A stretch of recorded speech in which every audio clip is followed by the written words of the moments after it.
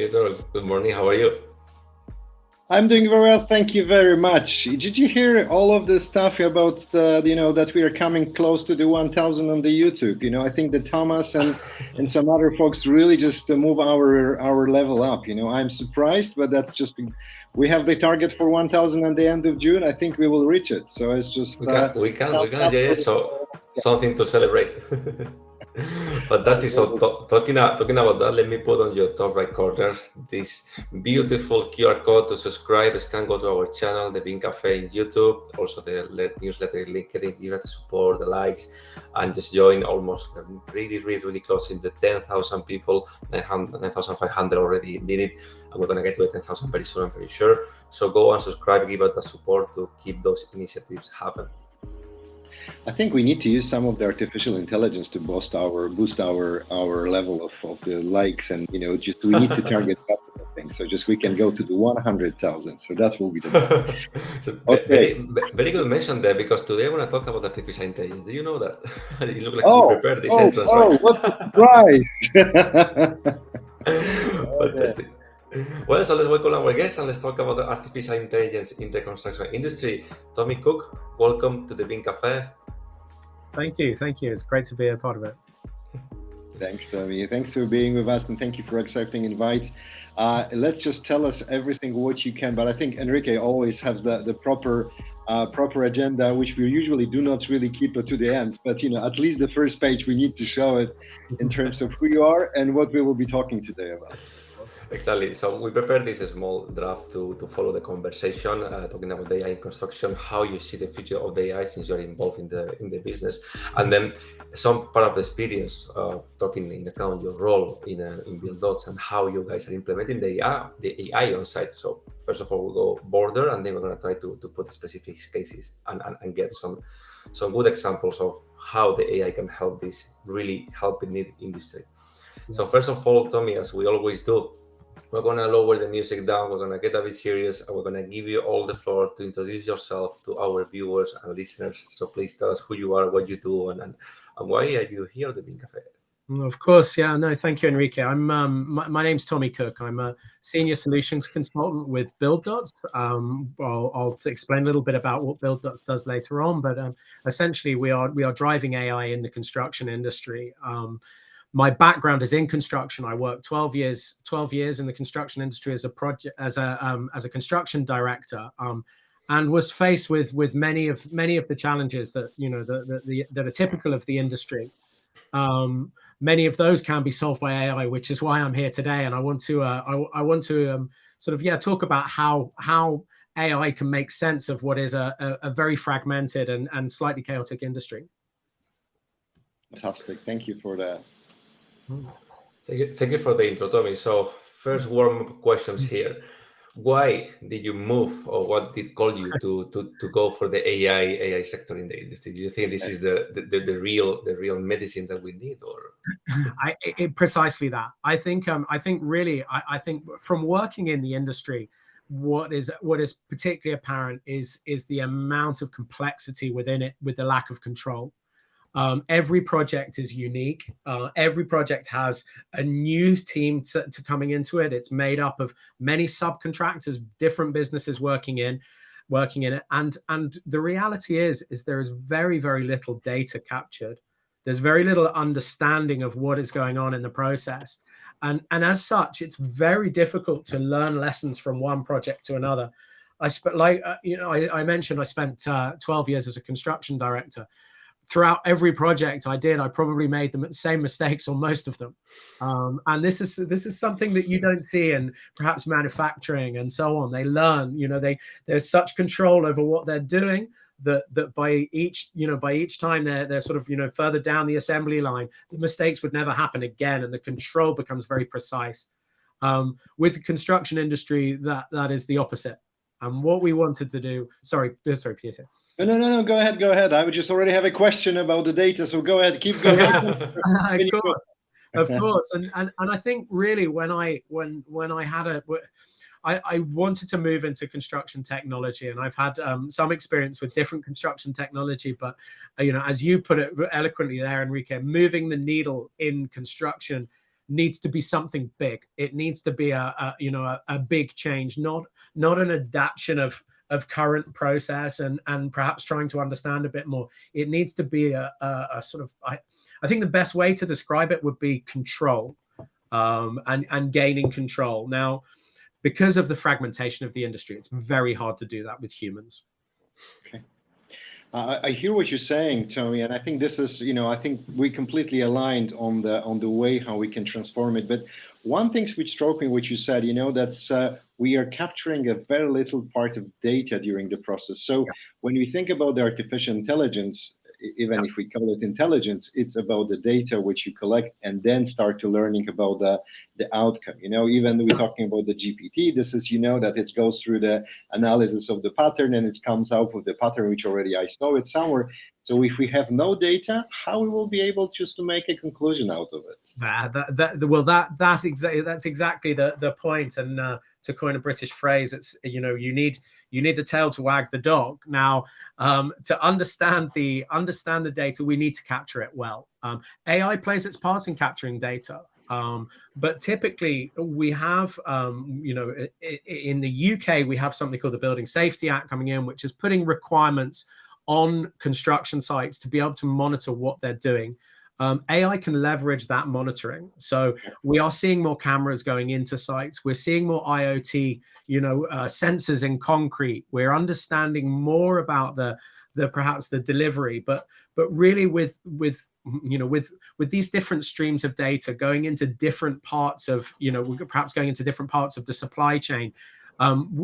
We're very good at holding on to the data that's important to one particular part. What we've never really seen in construction is sort of an overhead look at what is going on in the project itself. It might be the fact that the concrete frame subcontractor knows their curing times through internet, IoT stuff. But where does that lead to within the productivity of the whole project? So really, it'd be it's rather a holistic view, but to be able to capture data from all points and bring it together to understand progress of the project is a step which we see as happening more and more, but it's a step we should be striving towards, and not only within a project but across projects, across industry. I hear what you're saying, and this is one of the things which we saw on the industry, that that's the data capture and the way how we can help it. But one thing which also is very difficult for us to understand, and we have the discussion with many of our colleagues, clients, etc. The construction industry, as you mentioned, is already fragmented. It's very fragmented. It's not already. It's very fragmented, and the average size of the team is 10 to 15 people in some of the construction even businesses, right? Yeah. So it's very small. Yeah. And we will not be able just to convince them to invest any dollars or any euros or any pounds in anything which will not have the turn out immediate to the return. Small companies, fast return. I put one pound, I want to get 1 pound 10. My God, that's pounds. 1 pint back is not bad either, no? 1 pound for 1 pint is also. You're not putting 1 pint, you're just putting 1 pound.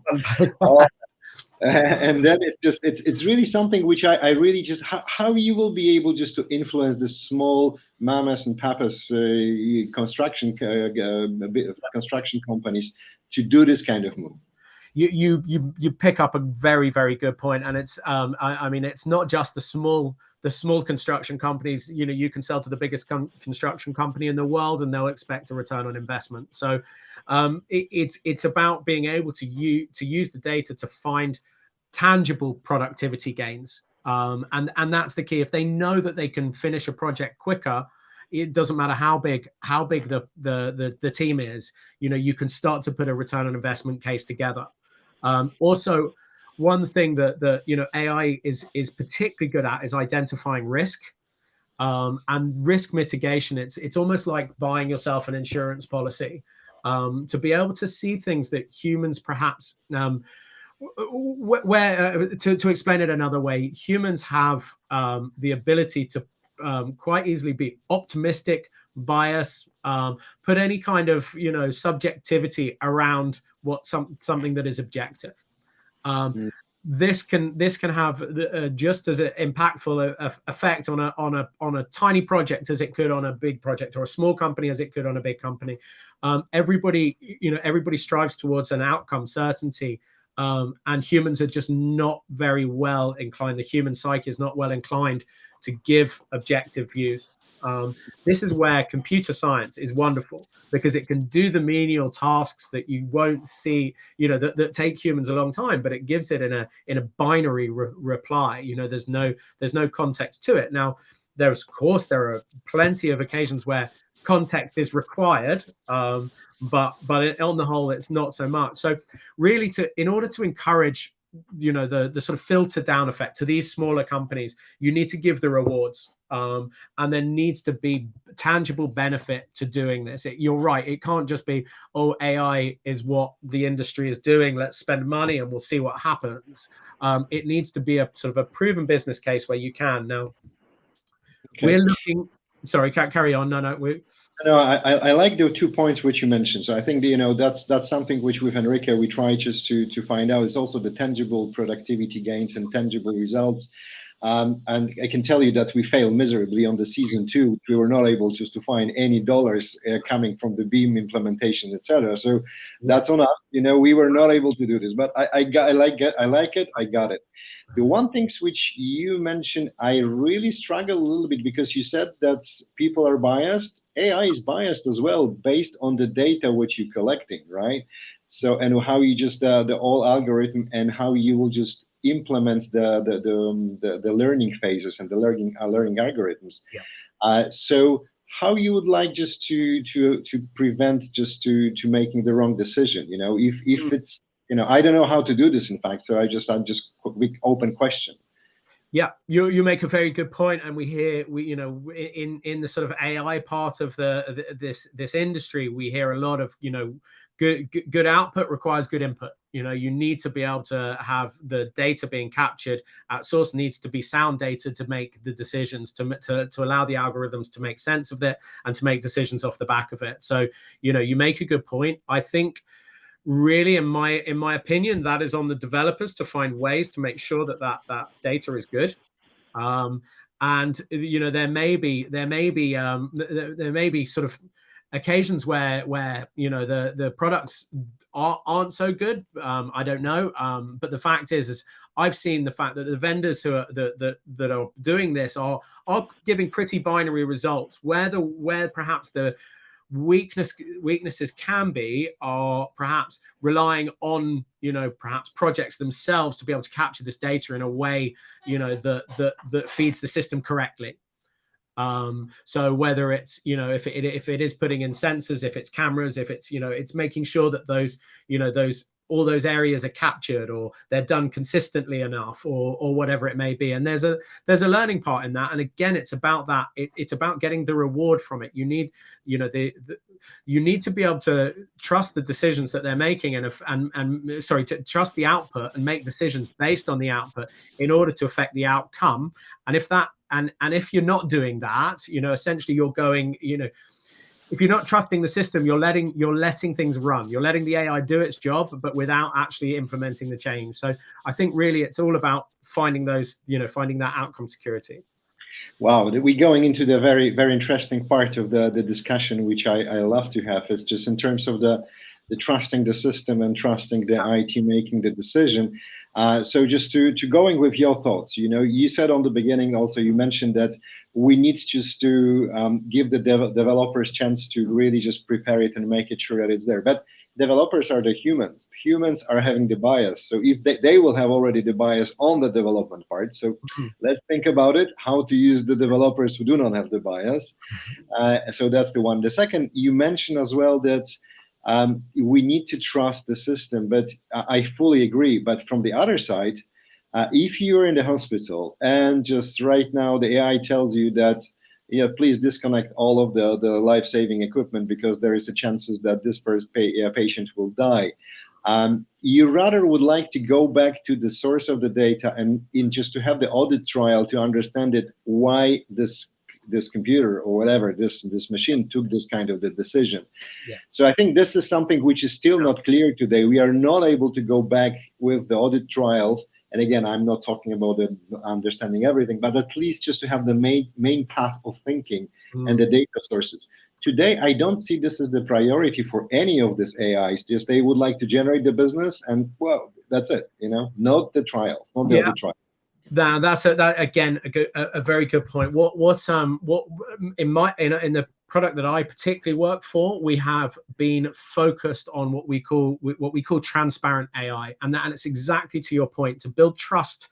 To build trust within a project team to make decisions based on what an algorithm is telling it, you need to understand how it's come to that decision, that recommendation. You cannot just say, like you say, switch off all the machines. But if there were a reason behind switching off all the machines, like there'll be a power surge or whatever it may be, then you need to know that. You need to know that fact. Now, there are various different ways that goes about. Our particular product is around progress tracking, and we can show you the granularity of the information that goes into that to do that. Now, I think it is a responsibility of the vendors to build that trust themselves, to be able to find ways to build trust in the system, because it's too much to expect, like you say, the end user to be able to base what potentially are very important critical decisions, not like the one that you gave, nothing like as important as that, but on a construction site, it could be the difference between overrunning by a few weeks and not.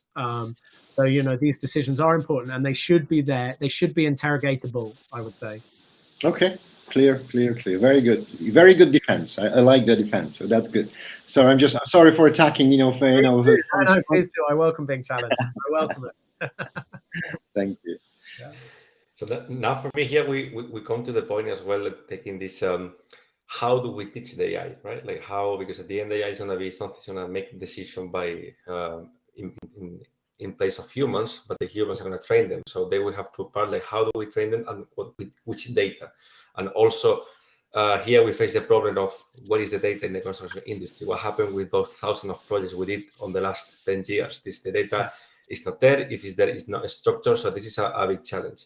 So if we start to put the starting date to feed the AI with the construction data properly, also as of 2023, how are you guys doing it, for example, in your environment to provide the correct data and make sure that it takes not biased decision?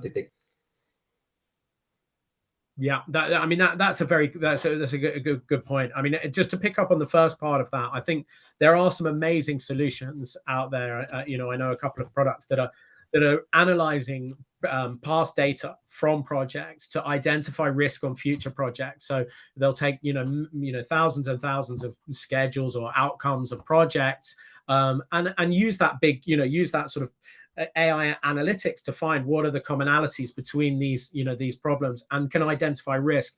It's a hugely powerful tool to be able to bring that into a sort of a current project. But you're right. How do we use how do we take data from now and ensure that we're making the best of it in order to make decisions of current data, and also leave a data pool which makes sense for future projects moving forward. So we should always rely on the past data.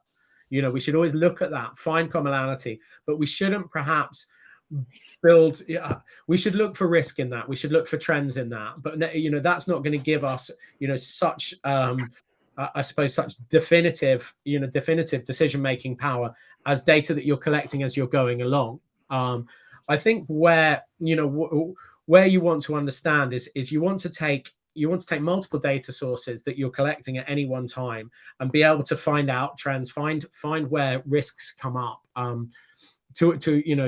think probably the most easy way of explaining that for us is we're using photographic imagery, and the AI that we run on that is twofold. One, there is image recognition, which is comparing design to the reality and saying this has not been put in the right place, or this should have been installed by now and it hasn't been. So we bring in program information, but also you can use machine learning as well, which is where you're training the AI to understand what it can see in images. So, you know, it can identify what, you know, stud work looks like, or it can identify what floor finishes look like. So that's using, you know, data that's collected immediately and offering insight. It can understand it and offer insights straight away. So there's sort of twofold, isn't there? There's the historic data that we can run, you know, analysis upon and bring out insights, and then there's the data you're collecting at any one time, and you can base decisions off that, having AI make sense of different types of input streams. That's clear. So what you're saying, you know, is just the one of the first stages will be really just looking at the images. That's what you think it will be the best way to go forward. So just collecting the images from the construction side, try just to figure out, you know, just comparing it with the design and trying to combine it. That's what you think the industry will just benefit first from the in the next couple of months. So I think that is, you know, that's a reality that's happening, and I think that the reason why that's one of the first sort of ways of doing it is because it doesn't interrupt process too much. You know, it's to be able to take images is on a construction site is now expected in large sites and in, you know, in small sites as well with mobile phones and so on. So if you can get enough, you know, enough imagery from the site that you can use AI to understand what is happening, it will add, you know, significant benefits to you. It's not limited to images. There's, you know, you know, like I say, there are sensors, there are many other ways of collecting data from the current, you know, the current status of the project and being able to interpret that into decision-making power. You know, I think, Tommy, one of the things which I believe, and again, this is a little bit, it's just a little bit different view when I think the AI can help, because, you know, I work a lot with the information technology part of the folks with the universities, and I see how they adopted the generative AIs was they were asking to write the code, especially the repetitive code. So just, you know, when you go to the IT guys and you talk to them, right now they're not writing the very basic stuff where they're supposed to, like loops or the conditions or connectors, etc. They just go to the generative AI. They just they type it, please just write for me the ABCD with this conditions, etc., and it generates the code for them. Of course, you can just put the language whatever you want to do. And when I just take this as an example, I will just take this and move it into the architecture on the beginning. So I would love to see, like, when you're an architect and you're just saying, I would like to have this building ABCD, you're saying, just build me, just put the wall ABCD like this in this particular way. And then it's just, I can learn from all of the buildings which I can see in my all architecture databases, and it will just generate the wall which will be reflected on my design, and I can take it as an object and I can move it into my project. So it can speed up my design process. The same it will be for the calculations and for all of the guys who will just prepare the final design, the final project.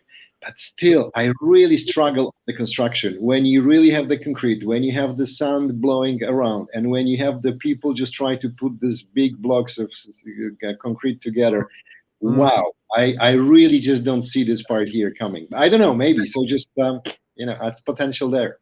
Yeah, but I think if we break down each activity to an activity's sort of, you know, a particular activity on site, you know, there is more sort of, I suppose you can look at them in those ways to understand the pace of something, to understand halfway through that you won't finish on time rather than towards the end, because the AI has run an algorithm to say that, you know, at this rate, you won't finish at this time. It's about understanding and getting control. I think that's really, you know, really sort of a lot of the key. But to your point there, you know, I love that sort of generative AI in design. I think that's going to start to flow over into production or into construction by modular, by, you know, your kit of, you know, the AI will understand what is an optimal way to build this building as well. So not just taking, you know, your client's desires as the outcome, you know, and the site conditions, but actually how can we build this in an efficient way? You know, what resources can we take off site?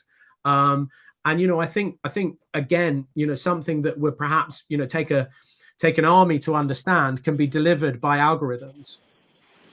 Wow, I like this one, Tommy. This is you really you won me over with this one, especially with the efficiency of the designing the building to make sure that it's easy to build, you know. Yeah. And I try just to look at the parallels in the different industries and why this is important. I remember when I was just participating in one of the lean activities for one of the car manufacturer, when we just discovered that they create a car just to replace the bulb, the lamp in the first in the row, whatever in the for the replace the lamp in the car. They need to have the whole like 8-hour cycle just to make sure that they can demount part of it and install it, etc., etc. It takes 8 hours to do something very simple, which in the other cars takes 5 minutes.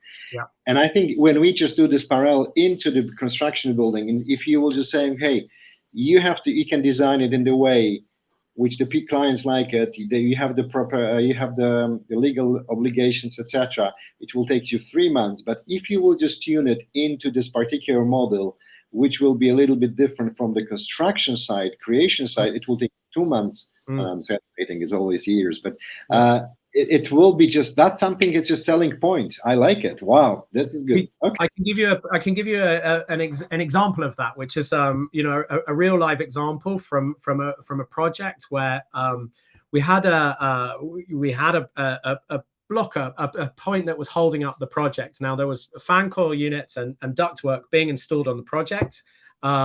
The ductwork they wanted to install and close up the and then close up the ceilings, and the fan coil units were being put in. Now the fan coil units were delayed, and they couldn't put the last stretch of ductwork in, and so that meant that they couldn't put up the ceiling because that last stretch of ductwork connected to the fan coil units. Now, what we were able to determine with AI was the fact that if they got a flexible bit of ductwork on the end, which came at much more of a cost, they would be able to get so far ahead because they could close up enough ceiling that would give them a productivity leap.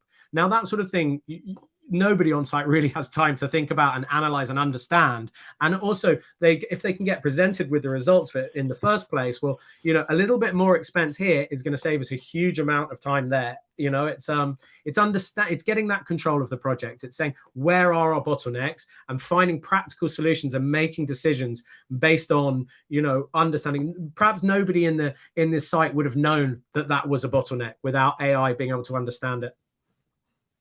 Very nice. I like it. I like it. So this is good. Maybe, Enrique, we need to find the money somewhere there. That's okay, because that's something we need to go for some of the contact industry companies just to search for this kind of solutions, just to give it back to the market and just to educate the people about it, because that's something which is very tangible, and you can just show the examples as Tommy he did it just right now. Wow. Exactly. Good. You took me over with all of this right now with this example, so that's great. You know, I like it. Good. It's not happened very often on this video. That was about to say. You usually Piotr is against our guest. Now you guys are teaming up. So fantastic.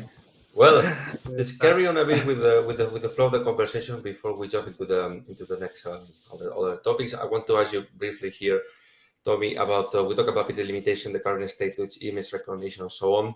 But we start to dream a bit about what Peter was saying with the lamps and some things you just shared with us. What can be better benefits of the future of AI in the construction industry? So, what is the projection? What things are you guys seeing and almost touching in the construction industry? You can say in a few months. Peter was saying before, okay, now image recognition in the next couple of months. I like this idea of very short stages, because we're talking here about 6 months of AI development. Seems like 10 years in any other technology, right? We're going super fast. So what things can you see, let's say 2024, for the AI in the construction industry that really can change things that now we're not really able to tackle? So, do you know, I'm glad you brought this up. I saw a wonderful AI company that works in construction technology, bringing in what Piotr just said there. In fact, it's bringing a large language model into project management. So the idea is that, you know, you're using generative AI to type in a question like, this is my project, here's my program, here are my designs, what are my biggest risks? and it could output, and it could also consult with legislation. It could consult with, building regulations. It can consult with all these different data sources and come out and give you an output that will say, right, you must, you need to watch out for this. This trips other companies up. This is an important part of legislation, which we've seen people have to do rework based upon. I mean, to have, this sort of almost like virtual assistant to the project is a wonderful concept. I was really taken aback by the power of this. And this is, we say a few months down the line, this I saw a demo. I mean, it was, it's wonderful. So you have to think, where would we be in 6 months? It's such a long way in AI. It's incredible how fast it develops and what we can see. But I definitely think that there's a spot for AI alongside what they call HI, human intelligence in construction. It's if we were building in a manufacturing facility, yes, we could remove the human input. But I think the part with construction is, whilst we want to automate and control as much as we can, we're always subject to in sort of the environment and a new plot, a new design, a new whatever. So I always see that those two working in harmony. And I think that where AI is really pushing at the moment is both that sort of the understanding, the knowledge, of the construction site, which I talked about a lot before, but also the user interface to make sure that we can engage well with people who are using this on site. We've also, in our industry, we know we've got a slightly aging workforce. We need to encourage people into the industry. We have a shortage of skills. I do think this sort of technology is going to bring about new types of roles in the industry. I think we'll start to see sort of decisions based far more on certainty rather than on expertise. And I think AI can do that. But, back to Peter's point at the beginning, I think there is a way to go with data collection. I think, imagery can play one part, but there is so much. I think there is so much more. I think that, asset tagging from the design stage right through to the completion stage will get far more complex. I think we'll start to see, sensors in almost all materials, so we can track the exact process going through, and then AI can make a big impact on perhaps the logistics side of things. So, knowing when materials need to be on site. So trying to replicate that sort of just in time type distribution type thing, and also getting certainty, making sure that the right product is, the right sort of part or the right product, whatever it may be, is in the right place at the right time. If we're able to track that and AI is available to optimize that, perhaps even, crane, like we look at cranes and we look at plant and stuff like that. I think AI will have a big part to play in optimizing their usage. It will have massive environmental effects. If we know where, what is the optimal route, or what is the optimal way for an excavator to work, I think we'll start to understand far more about that. It's really, really exciting what can happen to the industry, because I think the big thing to learn is that, unlike many other industries, perhaps with the exception of farming, there's a big step we can take. And, I think that, I think that not just AI, there are many technology solutions that are going to play their part, but I think the gains will be seen in our industry bigger than they are in any other industry with AI. Totally, because we have a massive gap to fill there, right? Absolutely right. Yeah. And one another question, taking the last sentence here of the paragraph we display, the uncertainty that there is some on the initial step when it's coming up. Not a lot of companies, some like you, like Buildots, they are moving forward with the AI, and other companies will also pass through the BIM Cafe and more to come, using the virtual reality or reality capture and so on. But those who doesn't really want to jump into the AI for their processes, because they're afraid of like stealing something new. Let's see others fail, and then we do it properly, right? Like, I guess they're thinking about that. What would you tell them? Are they going to lose a competitive advantage by the time they're not using the AI, or are they doing well to wait to the tool to develop? It's going to be very late if they want to jump into the market within 6 months. No, what would you tell to those companies who have doubts about implementing AI on their processes? Yeah. Yeah, I mean, you're right. You're asking the wrong person. I would say, yeah, Exactly. we need to use AI. But no, I hear your point, and you can't expect, and back to what Piotr said at the beginning of the podcast, you can't expect these small SME companies just to be adopting high-tech solutions in their in their environment. It can't happen like that. One thing that I think that is getting more uniform is the digitalization of the industry in general. And I think it's where AI will sort of fall into the digitalization, much better. So process management is something that we've seen, right down to the sort of very small SME companies. You'll see them using apps to task their to send tasks to their subcontractors. They're very easily, readily available. I think that AI will start to play a part within those apps that are readily available. I think that streaming that sort of streamlining those processes will become a part. But I really do think the responsibility is on the first of all the developers to make the product sort of more available, but then perhaps like an example, like in Formula One feeding the automotive industry, we're going to need leaders. We're going to need leaders to take the first steps, and those will come from tier one construction companies globally who have the foresight and the investment to be able to invest in the future, which many of the SMEs will struggle to do with. It's a competitive market where they struggle to sort of in many cases will struggle year on year. But so you're going to need some of that, a little bit like BIM perhaps. Government mandating may help in areas as well to say, look, we know that this will be the future, or that's my biased opinion. There we go. There's some biases coming in there, but I believe that AI will certainly be play a significant part in the future. I think what's important though is it's not something we need to be scared of in our industry. It's not like we're in an industry, I think, where robots will take over. I think we're always going to need a significant workforce in just in the nature of our industry. I think we'll look for automation, but I think it will create far more. I think it will create far more jobs, perhaps, that we don't know about at the moment. But yeah, I think really to get that trickle down, we need to sort of step up from the top down. Fantastic. Wow. I just when we were just talking, I just asked AI just to tell me what are the biggest AI, but what about the biggest risks in the AI in the AEC industry related to AI? This is I use the one of the it's not the ChatGPT, it's one of the other. It's the competition of it. And of course, they said that's one of the biggest part, and I think we just already talked about it, is data quality and availability of data. So that's one of the things. One thing which we haven't talked about it is integration of existing systems, which means it's really, I think it's spot on as well. Just so I thank you, my AI, because this is something which really will just have the problems in terms of. It's just, again, this is the basic IT problem. So the interoperability between the system and data privacy, etc., etc. So I think that's something with it. And we also spotted about it when we talk about the small and big companies. So this is the workforce adoption.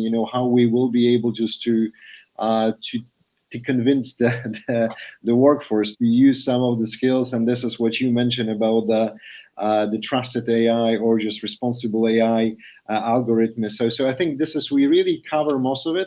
One of the things we haven't really talked about it is the security, and to be honest, I don't care about the privacy in the construction industry. I really worried about the security, because I was born on the all of the spy movies, etc. So if I will be able just to ask the AI saying, tell me what was the best way to get into the building A, B, C, D based on this, and which the security will not be able to cut me. I'm worried about this one. How we can just avoid this kind of things happening. Yeah, no, I mean, I think there's a very, very valid question in the fact that data needs to have its own cybersecurity process, and I think that it's down to the product and the vendors to be able to allow the AI to determine which pool of data it's looking at. Okay, so that is controllable. cybersecurity is obviously of utmost importance. Now, there's a further question to that as well, is that if we want to make real productivity leaps, then data is better to be shared, and knowledge shared, and AI be able to understand the sort of collective pool from the collective pool of data to make leaps forward.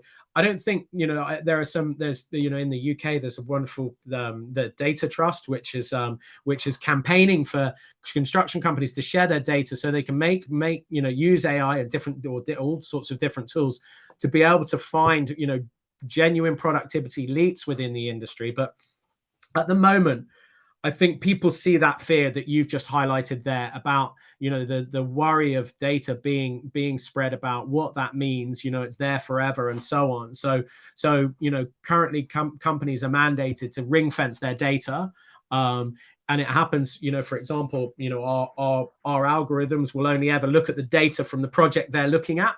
It's not like they can look at other data. I think data needs to be supplied to the algorithms. So I think so long as we have a responsible attitude towards cybersecurity, I don't see that being too much of a concern moving forward. But I would like to explore how the commonality of all data can be shared to make the bigger productivity leaps. Yeah, I think, Tommy, this is kind of utopian way of thinking. I appreciate what you're saying, that if you think about the responsible use of data, there is nothing like this in the world. I'm sorry for that. I apologize for just burning all of your hope on this one. So this is, whenever I can use the data, I can just tell you this, it will be used in the bad and the good way. That one of the examples which one of our guests are just where we were talking about it was just a hammer, right? You can use just to crash somebody's brain, or just you can just use for the work. So it's just so I'm still don't know how to really do this, because we don't see a lot of people running with the hammers on the streets those days. So how we will ensure that we will just build something that we will protect ourselves with. Of course, we don't have the answer. I mean, you make a good point. We have that question we try to answer ourselves at the moment, where we can supply so much data to a construction project that if the general contractor is the owner of that data, it would be beneficial to the project to release all the data to the supply chain.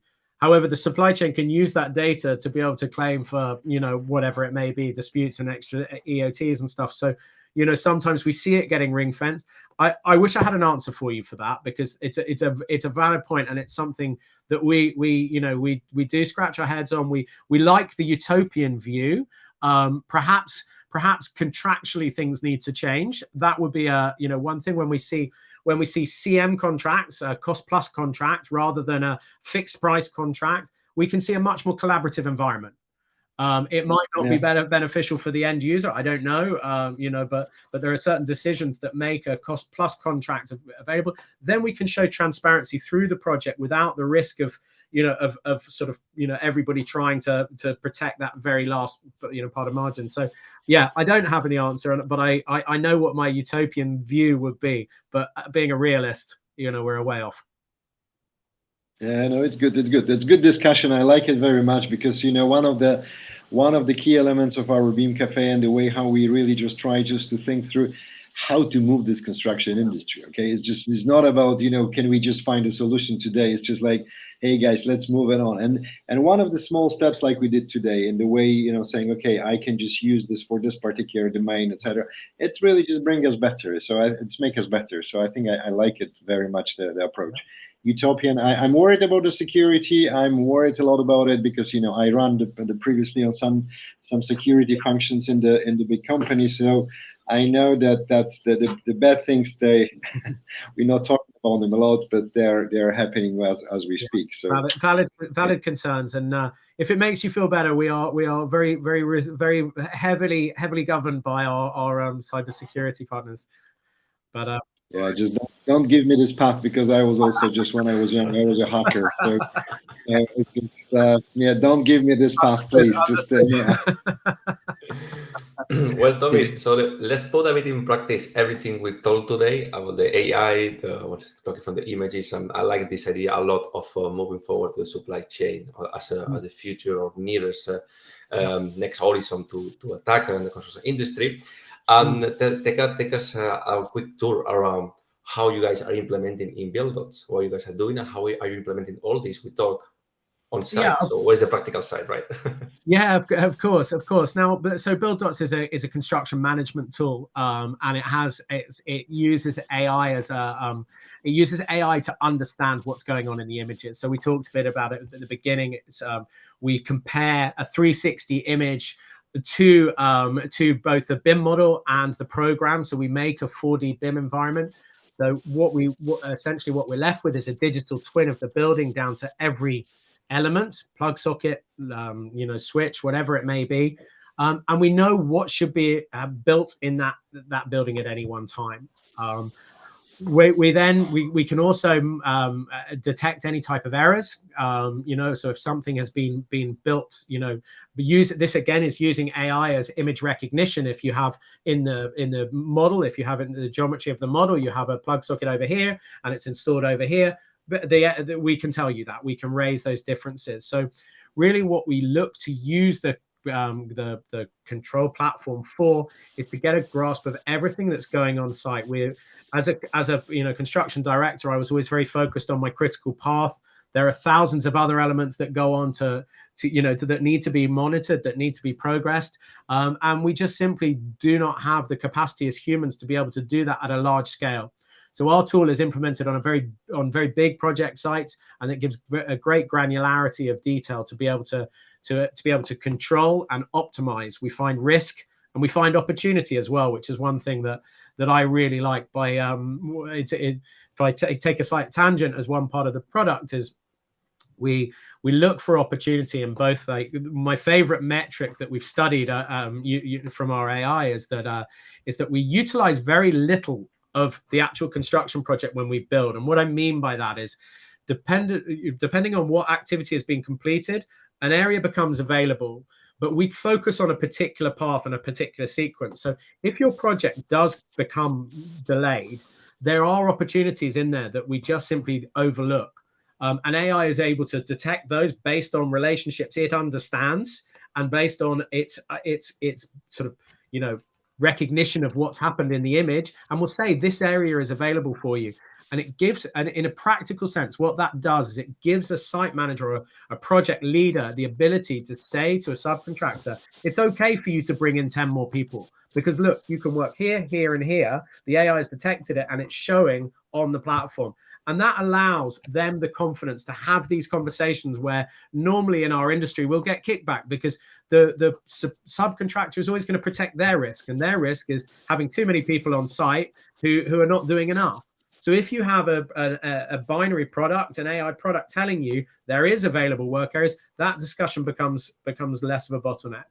So that's a sort of very practical reason. We show sort of one thing that back to your point, Peter, with trust in the system. We've learned in the course of our journey, especially over the last few years, that we can't just tell people that AI makes their project better. It's not good enough. You have to show people how it makes their projects better. So what we're doing is we've highlighted a certain amount of metrics within our that our system is able to improve around utilization, around output consistency and stuff, and also we have other different metrics that we monitor, but we can actually say if we bring this up by 10% or this down by 10%, we have shown the link that will give you a better outcome. So it's really affecting them as well on the planning, on the management and scheduling of all the different tasks, right? Because you can tell me, come on, bring 10 minutes more to this room because you can get this work finished. I'm pretty sure many projects or processes escalated nearby can also be changed and modified to a higher speed or better productivity. Absolutely, and you've hit the nail on the head there. When you understand pace of every single area of the project, you can make far better decisions. So really, when I was working on site, I would only know something was late after it was late. If you know something's going to be late on the in the first 25% of that activity, then you can do something about it. And it's a key shift, and it's something that you need to be able to monitor that level of granularity in to be able to understand that, because otherwise you just can't, the human mind can't process that something's late until it's too late.